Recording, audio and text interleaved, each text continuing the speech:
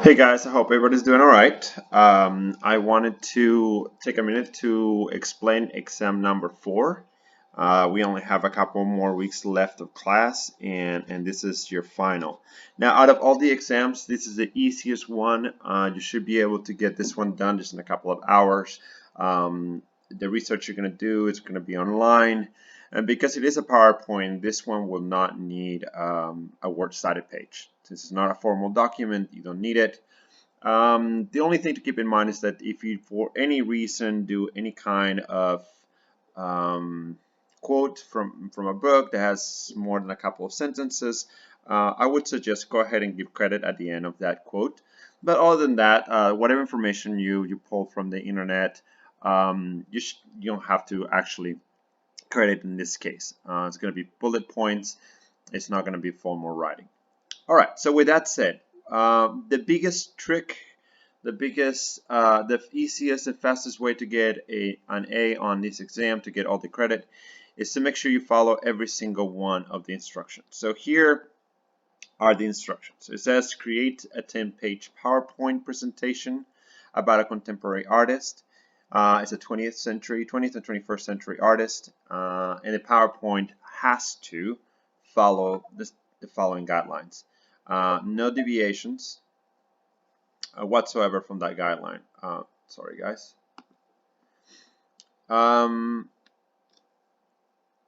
So let me see.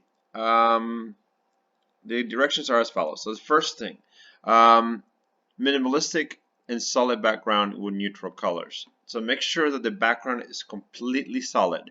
No textures, no fades, no lines, nothing. Absolutely nothing. Completely solid backgrounds.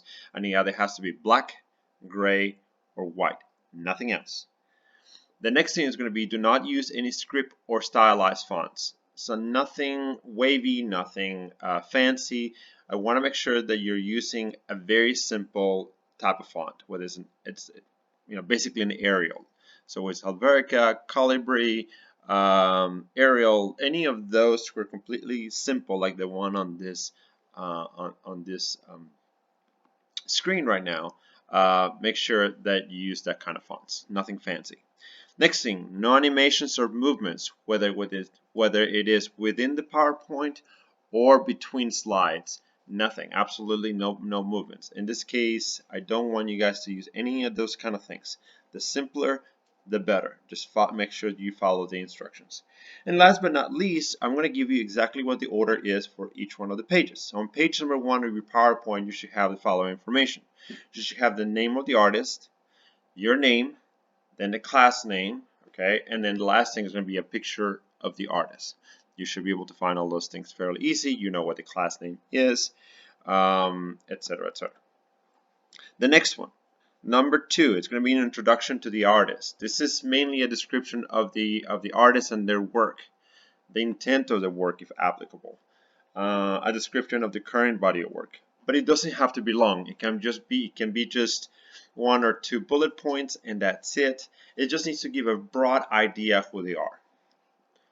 Number 3, a biography. Now, in this biography, remember that this is an art presentation. So the things that you want to pull out from their biography has to be related to their art career.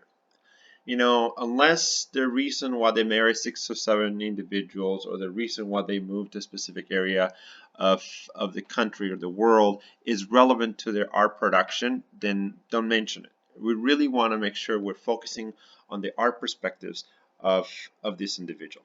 What colleges they went to, what degrees they obtained, where did they produce the artwork, what time in their lives did they become recognized by the art world, etc., etc. Those kind of things. Number 4 is going to be complementary to number 3. So on page 4, you want to just list their artistic accomplishments and recognitions. So a lot of the artists that you guys are going to be researching will have websites, and they will have information regarding their awards or their recognitions they received. Most of these artists are very well known, so you're going to have to look through those and pick probably 7, 8, 9, or maybe 10 max of the most important recognitions. So there were like the trying to think, Nasher, Sculpture Center gives an award, or there's grants, or there's specific places where if you are able to show, like at the Tate or in New York, those kind of things are fairly big accomplishments for an artist. So keep an eye out for those. And the last thing, and this is the coolest thing, is that between pages 5 through 10, the last 6 pages, okay, you're going to have an image per page, just one image per page, okay? In each one of the slides, you have one image, okay? The image must cover as much of the slide as possible with a maximum margin of 1/2 inch at the end. Do not stretch, skew, or give any low resolution images. So in other words, if your image is horizontal, right, if it's this way, right, stretch it as much as you can so you can feel all the way around. 1/2 inch here, 1/2 inch on top, 1/2 inch on the side, and you might have to have a little space underneath because I'm going to ask you to give this information here. Now the next thing is going to be do not no, let me go back to this. If it's vertical, if it's this way, your images are going to be 1/2 inch on top, 1/2 inch at the bottom. However, you're going to have a lot of space on the side and on the side. Just like when you take a video that is vertical and you put it on TV, you're going to have a lot of space on the sides, but you're not damaging the ratio of the image, right? You don't want to change it, you don't want to skew it, you don't want to do any of that. So you want to make sure you keep the ratio. And last but not least, with this low resolution, if you or when you copy and paste or bring any images from online and the image is smaller than your screen, that's a low resolution image and you should not use it. Now, if you copy and paste it and it's much larger than the screen and you have to actually make it smaller and shrink it, that means that it's a high resolution image and you want to use those. Okay, so make sure those images are nice and ready to be used for your PowerPoint. The next thing, do not cover the image with any writing. So you're going to have to label this information, but do not cover absolutely any part of the picture with the writing. Remember that the picture is a type of document of sort, and you don't want to obscure any of that image whatsoever with writing or anything else. Okay. The images must be of the artist's artwork in chronological order, showcasing the artist's evolution from earliest to most recent work. So if the artist has a 30-year or a 40-year career, then you want to show artwork that is from possibly the first 10 years, 1 or 2 artworks, and so forth and so on. The idea is to show the evolution of that artist. From the beginning of the semester, I've told you that one of the things that makes an artist is the fact that they have a body of work, and that body of work changes as they find more things to evolve those ideas. So the idea in here is to have you look through that and in some way present that evolution from the artist that you have. And last but not least, what you have to do is label each image at the bottom left-hand side. It has to be at the bottom left-hand side. Okay, it has to have the name of the artwork, the year, the medium, and the dimensions. Now, sometimes they are installations, so it might be applicable, might not be applicable. Sorry. So just this last part, if it's an installation, just write installation. If it has an actual dimensions, write it. This is not whether to